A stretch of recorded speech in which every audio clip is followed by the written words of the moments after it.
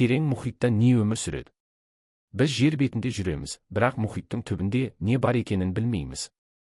Ғалымдар зерттеген теңіздердің тек 5% ғана толықтай зерттелген. Ал қалған 95% түп белгісіз қараңғы. Ал ол жақта не бар деп ойлайсыз? Ең қорқынышты жайт, адамдар су астында алып тіршілік иелерін көргендерін жиі айтады. Балықшылар кейде 30 метрлік белгісіз тіршілік иелерін көргенін мәлімдейді.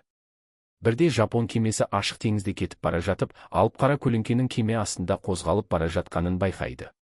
Олардың айтуынша, бұл үлкен киттен де 2 есе алып нәрсе болған. Бірақ бұл не? Кракен туралы естідіңіз бе? Ол жай ғана аңыз деп ойлайсыз ба? Ал онда мына дерекке назар аударыңыз. Тек бір ғана алып кальмардың көзі баскетбол добының көлеміндей. Бұл бейшара кракеннің баласы ғана. Ал оның ата-анасы қаншалықты үлкен.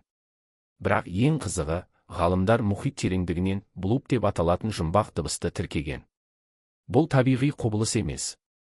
Оның дыбыстық толқыны мұхит түбінен жердің екінші бөлігіне жеткен.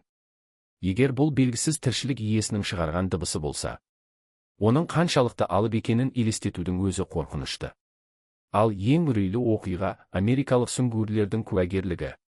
Олар мұхит астында зерттеу жүргізіп жатқан кезде, біртүрлі жарқыраған көздері бар, өте үлкен құбыжықтың су түбінен қарап тұрғанын көрген. Бірақ ол кезде ешқандай камера жұмыс істемеген.